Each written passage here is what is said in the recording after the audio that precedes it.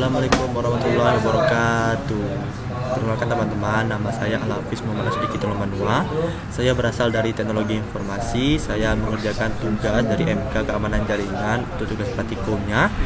Di sini saya mengambil judul yang bernama Manajemen File. Nah, saya akan menjelaskan apa itu manajemen file.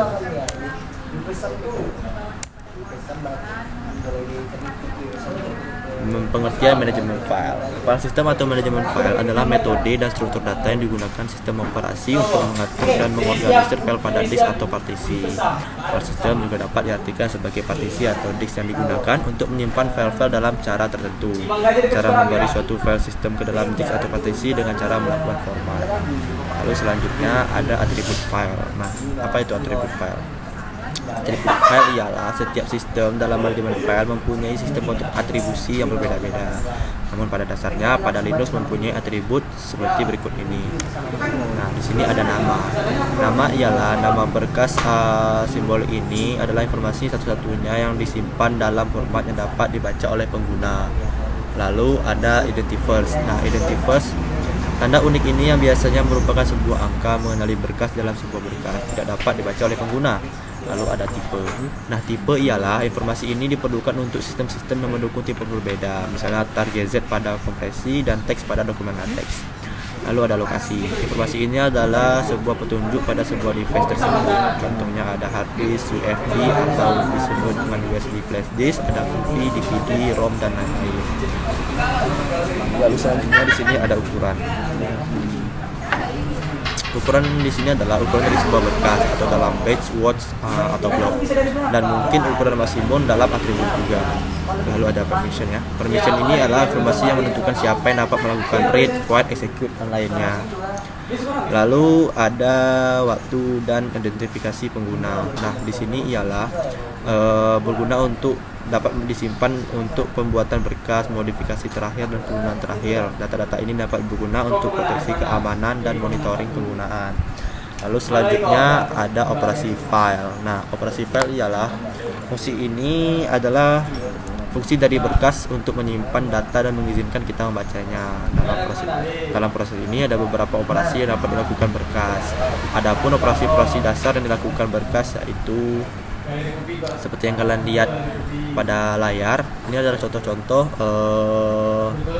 dari pecahan operasi file. Nah, di sini ada membuat berkas atau create, menulis sebuah berkas atau write, membaca sebuah berkas atau read, atau dan memposisikan sebuah berkas atau reposition, menghapus berkas atau delete, dan ada truncat. Nah, truncat ini ialah menghapus sebagian isi berkas. Nah, untuk praktik selanjutnya saya akan mengerjakannya pada Kali Linux. Nah, teman-teman, selanjutnya kita akan masuk ke dalam Kali Linux. Nah, di sini kita masuk pertama kali itu ialah ke dalam terminal Kali Linux. Di sini kita akan memasukkan file pada manajemen filenya di Kali Linux. Contoh pertama yaitu pwd. Pwd ini berfungsi untuk memberitahu atau melihat letak posisi kita ada di mana. Nah, selanjutnya ada ls. Nah, ls ini berfungsi untuk melihat direktori apa saja yang ada pada home. Nah, posisi kita tadi seperti yang kalian lihat pwd. Nah, posisi kita itu ialah home Al-Hafiz. Lalu di sini ada mkdir, Hafiz Safna. Nah, kita lihat lagi pada ls.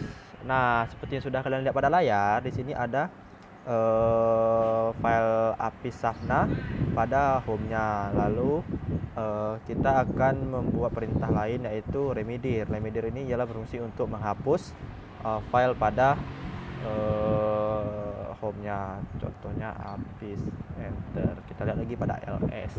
Nah, seperti yang sudah kalian lihat pada layar, file Hafiz sudah hilang. Lalu selanjutnya kita akan membuat cd tugas 1.txt, enter. Bentar, salah, maksudnya kita buat dulu tuh mkdir 31. Nah, lalu selanjutnya kita akan membukanya dengan cara sdg open SDG open 31 enter. Nah, SDG ini berfungsi untuk membuka file secara langsung. Nah, jadi teman-teman pada Kali Linux ini untuk manajemen file sebenarnya kalian bisa memasukkan banyak contoh-contoh lainnya. Ada di sini ada cat, ada perintah rm, ada perintah cd, ada perintah cp, dan perintah lain-lainnya. Saya hanya menampakkan untuk penjelasan saya hanya untuk sampai SDG. Untuk kalian bisa melihat perintah-perintah lain tuh, kalian bisa melihat pada modul yang sudah diberikan oleh pengawasnya. Sekian video yang dapat saya sampaikan. Saya akhiri dengan mengucapkan wabillahi taufiq wal hidayah. Wassalamualaikum warahmatullahi wabarakatuh. Om Swastiastu, salam sejahtera, shalom pada kita semua.